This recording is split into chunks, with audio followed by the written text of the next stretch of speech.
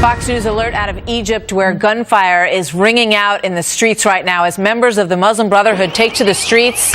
They have promised a day of rage. Thousands pour out of mosques following the Friday prayers there as we start this brand new hour on a Friday morning of America's Newsroom. I'm Martha McCallum. And I'm Bill Hemmer. We're getting reports now of at least 8 protesters killed in clashes with security forces today. That number expected to grow. In fact, some news reports suggest it already has grown at the moment. All this raising the specter of civil war if Egypt has not already descended into that's one of the big questions when you look at all of this. Former ambassador to the UN, John Bolton, saying that this bloody confrontation is just what the Muslim Brotherhood wants. The Brotherhood wants this confrontation. It wanted this because in its twisted view of life, having a couple hundred martyrs increases their legitimacy and increases their appeal. Walid Phares, Fox News Middle East and terrorism analyst, joins me now. Welcome, Walid. Good to have you here this morning. I wish we were looking at a better story here. Is John Bolton right? Yes, he is right. But let me say one thing about civil war in Egypt. At this point in time, it is a civil unrest. In fact, technically, it's a jihadist insurgency. Why? In a civil war, you have a divided army, a divided people, and those who are surging have already the control over areas. So what we have in Egypt today is that the army did not divide.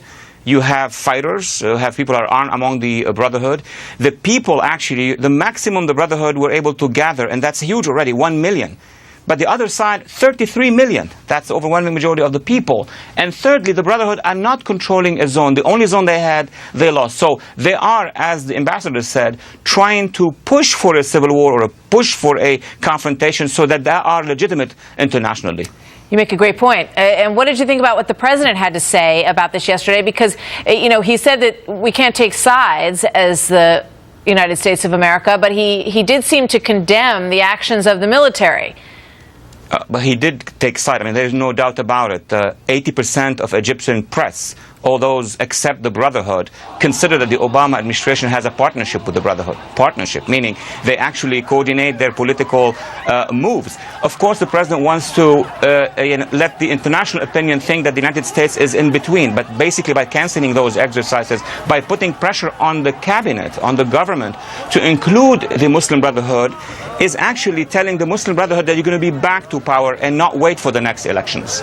You know, I'm reading about some of the reports from this morning, chanting in the streets against the Coptic Christians there, who they believe support the military in this breakdown, and also basically that they're chanting that they want an Islamic state, that they want Egypt to convert to a completely Islamic state. Is that true?